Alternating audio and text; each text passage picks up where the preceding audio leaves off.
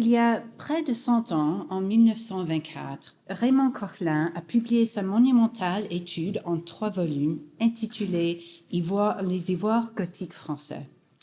L'impact de ce livre ne peut être sous-estimé. Grâce à la fois à sa rhétorique d'exhaustivité, outre 1328 objets y sont décrits, et à son attitude plutôt dédaigneuse à l'égard des œuvres, Coquelin a freiné ce qui avait été pourtant un champ d'études croissant au tournant du XXe siècle.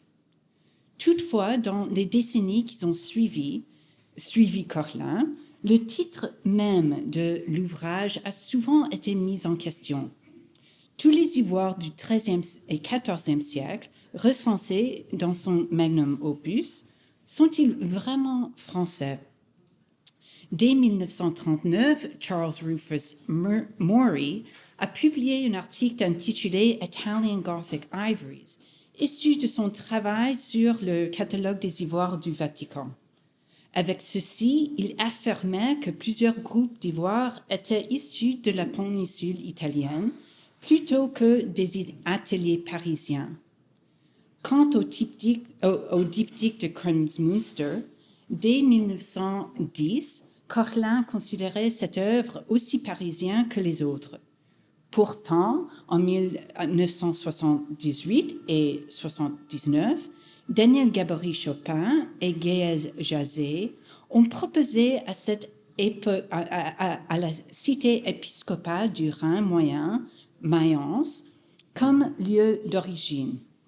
Ceci principalement en raison de similitudes stylistiques avec la sculpture en pierre de cette région.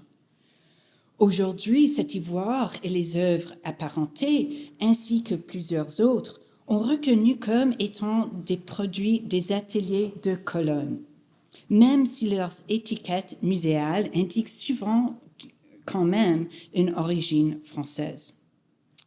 Enfin, l'exposition de 1987, organisée par Jonathan Alexander et Paul Binsky, Age of Chivalry, Art and Plantagenet England, a rassemblé les quelques ivoires identifiés de manière concluante comme étant fabriqués en Angleterre gothique, y compris le groupe grandissant reconnu comme tel par le biais de leurs écussons sculptés.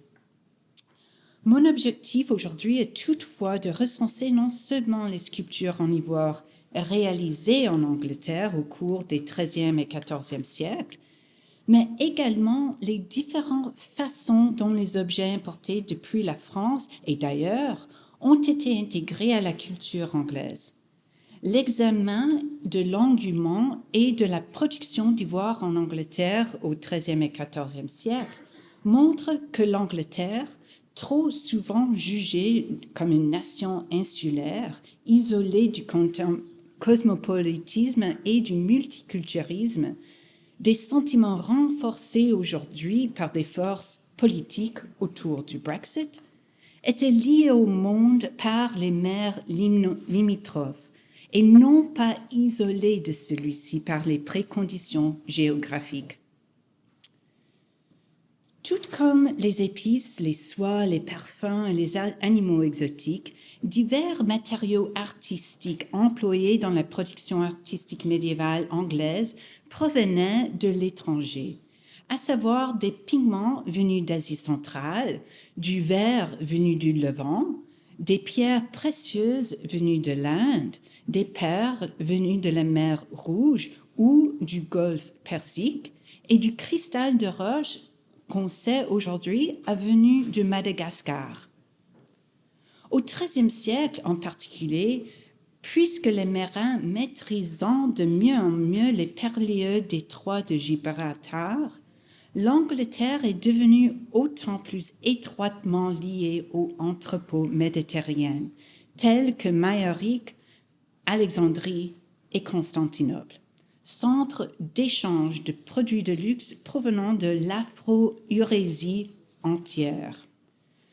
Au XIIIe siècle, les navires génois et vénitiens désembarquaient directement dans le port de Londres, transportant dans leurs cales un éventail impressionnant de marchandises somptueuses, ainsi que des produits plus utilitaires comme des minéraux, les métaux de base, des produits chimiques et des tentures nécessaires à l'industrie textile florissante, l'activité qui générait une grande partie de la richesse de l'Angleterre. L'ivoire est peut-être le plus caractéristique des matériaux artistiques importés. Les défenses de l'éléphant de savane d'Afrique, l'Oxodonta africana, sont constituées d'un matériau calcique dense et riche en protéines, parfaitement adapté à une sculpture fine et détaillée. Ces propriétés uniques ont constamment été poursuivies au cours du Moyen Âge. Lorsque les routes commerciales reliant l'Europe du Nord à l'Afrique subsaharienne étaient affaiblies, l'Angleterre, le nord de la France et l'Empire employaient alors des défenses de morse comme substitut. Et l'éléphant dans l'exposition est un exemplaire phare de ce phénomène. Au milieu du XIIIe siècle, les défenses d'éléphants africaines étaient relativement abondantes en Europe, et cependant la cour du roi Henri III procurait également des objets en ivoire sculpté provenant du bassin méditerranéen et achetait aussi des morceaux d'ivoire non sculptés pour ensuite le faire tailler par des artisans locaux. Ainsi, aujourd'hui, je propose d'examiner la documentation ainsi que quelques objets survivants pour récupérer la signification que porteraient les œuvres en ivoire pour Henri III, Édouard Ier et les gens de leur cour royale. Alors, comme nous avons déjà entendu ce matin, en fin d'année 1254, Henri a reçu ce célèbre cadeau d'un éléphant de savane de part du roi de France Louis IX, qui avait lui-même ramené le pauvre animal cette année même du Levant. La bête avait été offerte à Louis par le premier sultan mamelouk, Izz al-Din Aybek, pour sceller un traité de paix en 1252 ou 53. Le moine Matthew Paris a dessiné l'éléphant suite à son arrivée à Londres, vraisemblablement après le vif. Il a noté en marge que l'éléphant lui-même aurait servi de modèle. Ipso elephant exempliter assistente. Bien que l'illustration soit considérée comme une représentation remarquablement fidèle d'un éléphant de savane africain, avec ses grandes oreilles caractéristiques en forme d'éventail, sa bosse proéminente à l'arrière du crâne et ses genoux bas, les défenses de l'animal captif sont relativement peu mises en valeur. Nulle part n'est-il indiqué quelle était l'origine de cette matière si prisée à la cour royale. Selon l'inventaire des cadeaux de 1234-35, étudié par Nicholas Vincent, Benjamin Lillywilde et Amanda Leister, la cour du roi Henri III a reçu en cadeau 2 jeux d'échecs en ivoire en cette même année. À Stratford, le 1er mars, le prieur de l'hôpital de Jérusalem en Angleterre a offert à Henri un jeu d'échecs en ivoire avec des pièces et des carreaux en ivoire. Un autre jeu a été reçu un mois plus tard. Celui-ci, un tabularum de arbore de opera Ceraceno, cum tabulis et saccharis, avait été envoyé par Marie, comtesse de Ponthieu, dans le cadre des négociations pour le mariage de sa fille. La mention de opera Saraceno, le travail sarrasin, indique au minimum la perception que ce luxueux jeu d'échecs a été fabriqué en terre d'islam. Bien qu'il ne reste aucune trace de cette œuvre, il est probable qu'elle était fabriquée en Andalousie. Le livre d'échecs réalisé en 1283 pour Alphonse X le Sage, qui régna sur Castille et Léon au XIIIe siècle, présente des dizaines d'exemples de ces jeux sarrasins. Les remarquables miniatures réalisées à Séville témoignent en réalité la réalité multiculturelle de l'ancienne métropole almohade. Avec un grand soin pictural, elle représente aussi l'incrustation d'un tarse le long des bordures des échiquiers. Un échiquier exceptionnel, retrouvé dans un couvent castilien au XIXe siècle, composé de marqueterie de noyer, de bouleaux et d'os naturels éteints en verre, illustre la technique de l'intarse décrite dans le manuscrit. Vu cette description comme un ouvrage sarrasin, le jeu d'échecs envoyé par Marie à Henri III intégrait probablement cette technique. L'intarse aurait signalé l'origine étrangère de l'échiquier aux courtisans d'Henri. Quant aux pièces d'échecs, leur style abstrait était probablement conforme aux exemples islamiques contemporains. Le cylindre arrondi avec projection en forme de bec, représenté partout dans les diagrammes de livres des échecs, correspond en effet à un chevalier en os retrouvé en 1865 sur le site de Moorfields, lieu dit signifiant champ des morts, aux environs de Londres. Le point d'origine des défenses d'Ivoire transformées en jeu d'échecs offert à la cour d'Angleterre dépendait des liens étroits qu'entraînait la péninsule ibérique avec le Maghreb, l'Ouest en arabe, terme qui désignait l'actuel Maroc, Algérie, Tunisie et Libye. Les Almohades, qui ont régné sur une grande partie du sud de la péninsule ibérique au début du XIIIe siècle, était une dynastie d'origine amazighe, anciennement appelée berbère. Parmi les nombreux atouts politiques des Almohades figurait le contrôle des routes commerciales transsahariennes qui fournissaient de l'or pour le Moyen Âge, ainsi que d'autres marchandises très recherchées, peaux d'animaux exotiques, ébènes, défense d'éléphants et, plus inquiétant encore, des individus réduits en esclavage.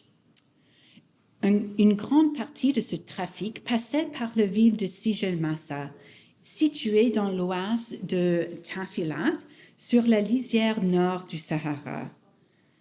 La conquête de cet important point d'accès du Bilad al-Soudan, le pays des Noirs, a permis aux Almohades et aux empires qui ont précédé et suivi de monopoliser l'exportation de l'or depuis l'Afrique de l'Ouest, finançant ainsi leurs armées et contribuant à la construction de leurs États. Le dernier calife almohade, Abu Hafa Omar al-Muhada, a manifesté cette équivalence entre or et pouvoir de manière quelque peu désespérée, en frappant une pièce de 10 dinars en or massif de 24 grammes pour vanter ses prouesses fiscales et implicitement militaires, alors même qu'elles étaient en voie de disparition.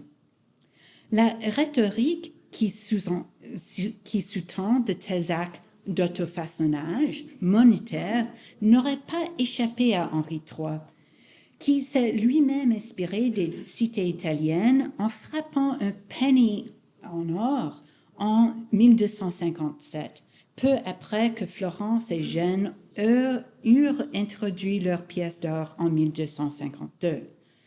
En effet, dans une recherche à apparaître sous forme de livre, je propose qu'un potentiel accès aux lingots pour la frappe des monnaies en or était l'une des grandes préoccupations motivant la croisade en 1270. Cette croisade s'est lancée contre Tunisie hafside au lieu de la Terre Sainte parce que le port de Tunisie était une débouche méditerranéenne importante pour les marchandises transsahariennes, y compris l'or et l'ivoire. Le futur roi Édouard Ier et son épouse Éléonore de Castille avaient prévu d'accompagner l'illustre entourage en croisade, mais ils sont arrivés tardivement à Tunis, après la mort de Louis IX et à la veille du départ de la flotte française.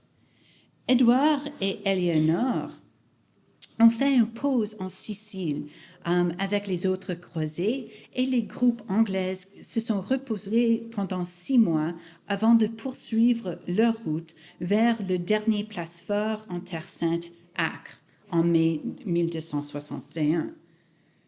Le séjour de 6 mois du couple royal en Sicile explique en partie la présence, jadis dans la cathédrale Saint-Paul de Londres, d'une grande corne d'ivoire sculptée de bêtes et d'oiseaux, répertoriée en 1295 parmi les diverses coupes, gobelets et cornes à boire conservées dans le trésor.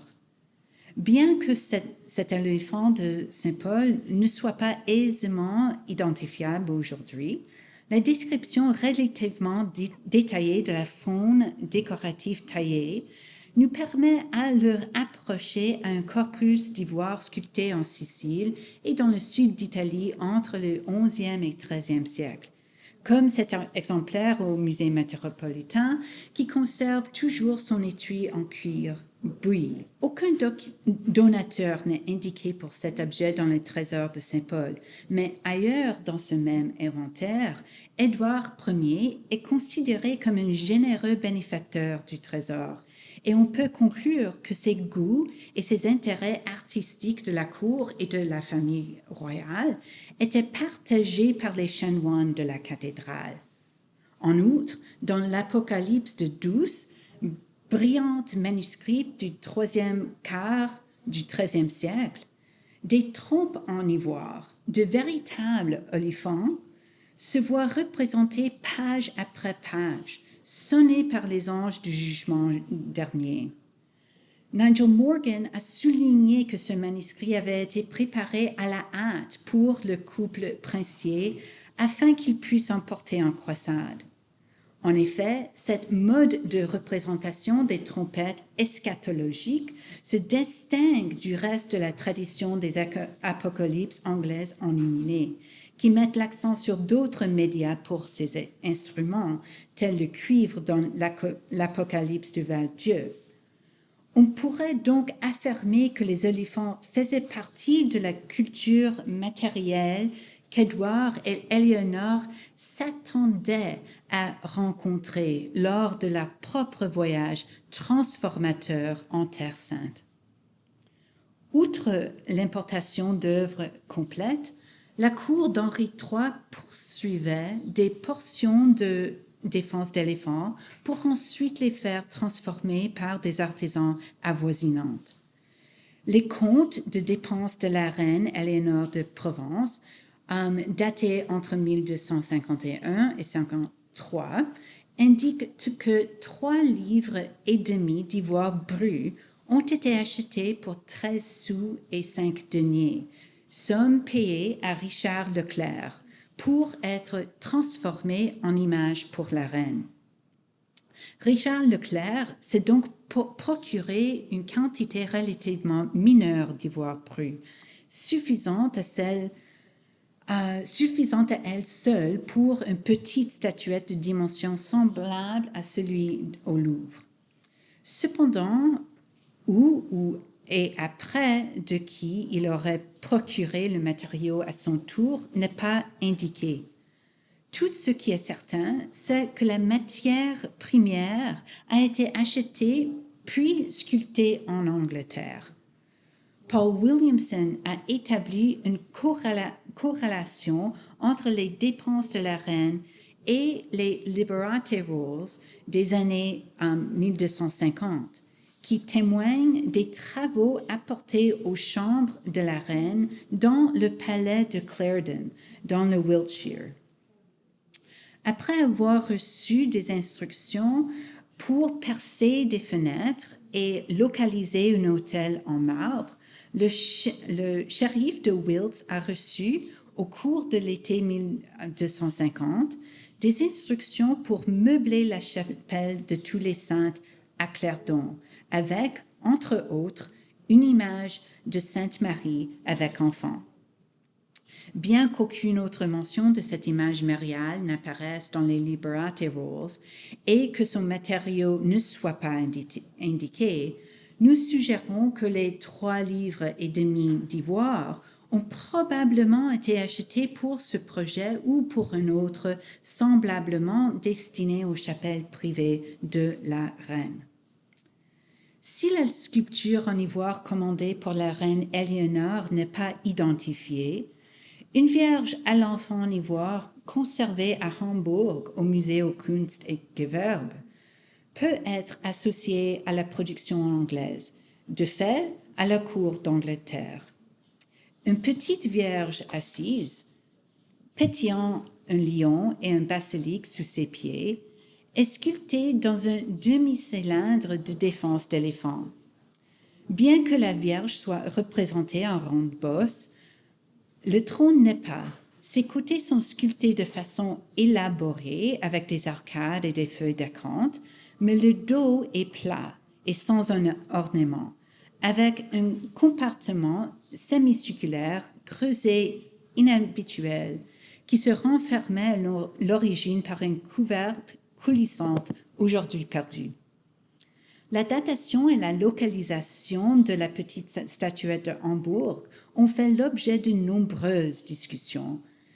Mais Malcolm Thurlby a défendu de façon très convaincante la thèse d'une production anglaise, probablement dans le sud-ouest vers 1240.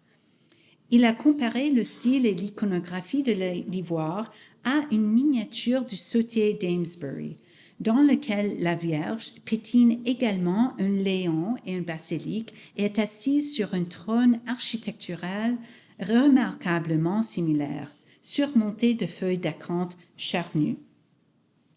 La comparaison perspicace de Thurlby peut être mise en corrélation avec une autre ligne du rôle de donation de 1234-35. Une vierge à l'enfant en ivoire que la prieure d'Amesbury, peut-être Felicia, est enregistrée comme ayant offert au roi Henri III le 9 décembre 1234. La prieure a également offert à Henri 2 longueurs d'un tissu blanc rayé, peut-être fabriqué à partir de la laine fine pour laquelle la prieuré est reconnue. Étant donné la remarquable similitude du style et de l'iconographie de la Vierge à l'enfant de Hambourg avec ceux du manuscrit de Amesbury, son matériau et sa date probable, je propose que la statuette pourrait être identifiée avec le cadeau offert en 1234 pour la prieure d'Amesbury. Le prieuré d'Amesbury, une maison fille de l'abbaye royale de Fontevraud, entretenait des liens étroits avec la couronne sous Henri III et Édouard Ier. Il se trouvait qu'à 17 kilomètres du palais de Clarendon, où Éléonore avait ses chambres rénovées. Nicholas Vincent note que le roi a reconnu le don de la statuette en ivoire en promettant comme contrepartie 30 chênes de la forêt de Chute en décembre 1235 pour la reconstruction du prieuré. Une statuette de la Vierge à l'enfant en ivoire d'éléphant importée a, en quelque sorte, être transformée en matière primaire pour la construction de l'Église.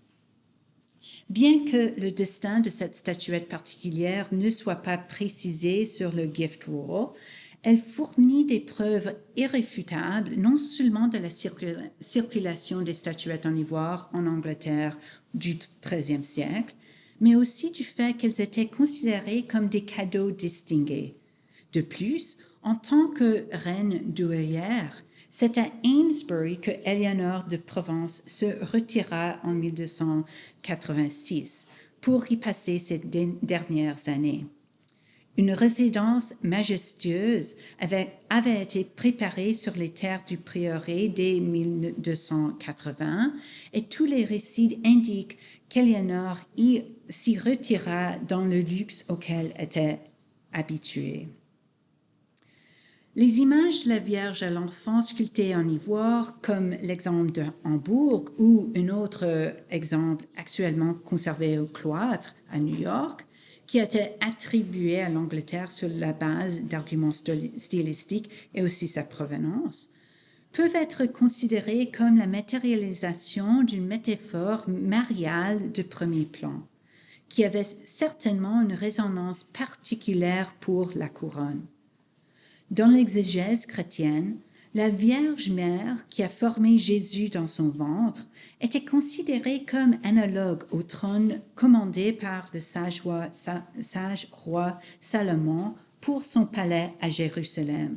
Le roi Salomon fit un grand trône d'ivoire et le couvrit d'or fin. La fabrication de statuettes de la Vierge et de l'enfant dans ce matériau prescrit approfondit l'analogie et la rend plus explicite. Dans un certain nombre de commandes artistiques somptueuses passées par la cour anglaise vers la fin du XIIIe siècle, la figure de Salomon offrait un modèle imposant de royauté.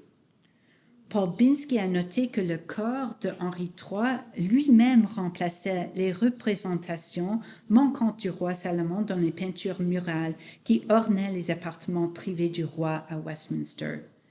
Et François Wormwold a souligné quel trône de Salomon a servi de modèle idéologique pour le trône de couronnement d'Edward Ier en 1296, qui était récemment remployé pour Charles III.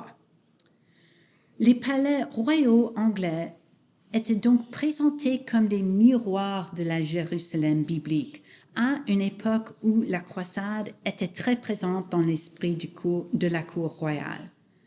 De telles associations ont pu naître dans l'esprit des rois ou des reines anglais qui pratiquaient leur dévotion devant des statuettes d'ivoire.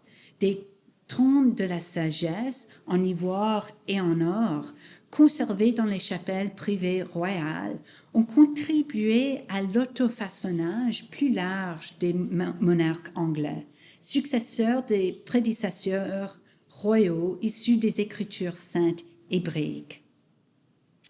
Henri III, Éléonore et Édouard attachaient certainement de l'importance au fait que les objets de dévotion devant lesquels ils priaient les reliaient au monde interconnecté du commerce et des échanges matériels.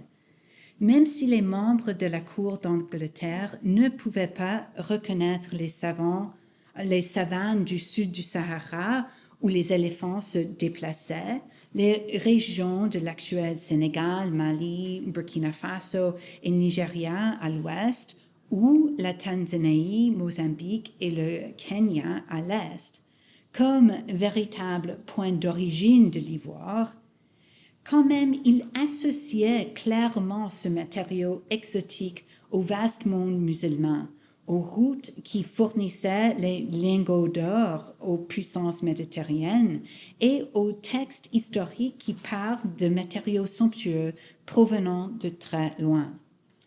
L'ivoire était capable de signaler la richesse, de suggérer des connexions interrégionales et interconfessionnelles, d'indiquer des précédentes bibliques vénérées et illustres.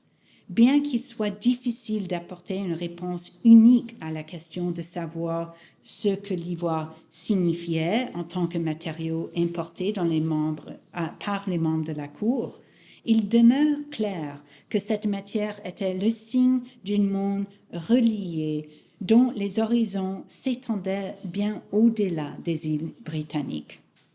Merci pour l'attention.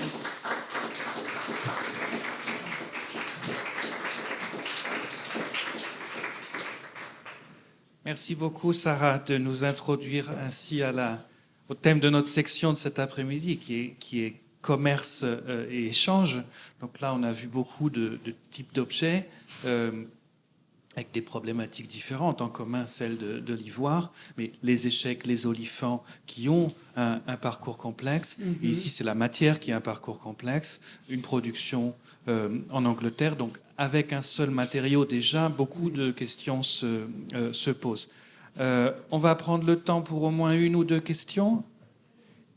Qui a envie de commencer? Qui ose?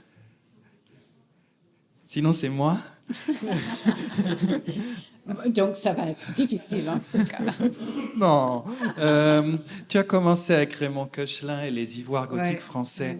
Et quand on regarde où ça commence et où ça s'arrête, les ivoires gothiques français, c'est toujours un peu difficile. Absolument, absolument. Mais c'est difficile pas de la même manière. Selon que on est par exemple à Cologne et dans la vallée du Rhin, où parfois c'est très compliqué de distinguer en fait les productions rhénanes des productions françaises, parce qu'on sait très bien qu'en fait il y a beaucoup d'objets parisiens qui étaient à Cologne, parce que ce sont deux grandes villes marchandes. Et aussi artistes.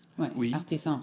Et quand on va à Venise, dans l'Italie du Nord, il y a aussi les objets français, mais Venise, encore une autre très grande ville marchande qui fonctionne différemment dans son identité marchande que Cologne ou Londres.